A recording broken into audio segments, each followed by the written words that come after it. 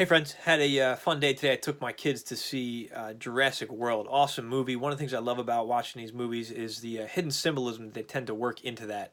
If you're familiar with the symbol of the lion and looking at some esoteric and ancient religious texts, and the symbol of the reptilian, which even comes up in modern day conspiracy theories, and even going back to religious stuff, you have the serpent and stuff.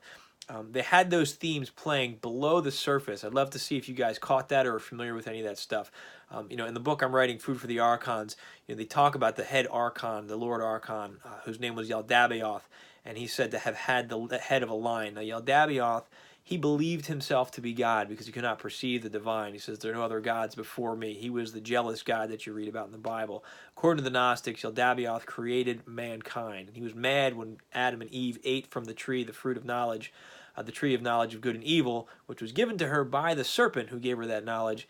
Yaldabaoth cast them out of the Garden of Eden and left them into a state of chaos in life so they would not be occupied with matters of the Holy Spirit. I know this is a lot of information. It sounds kind of weird.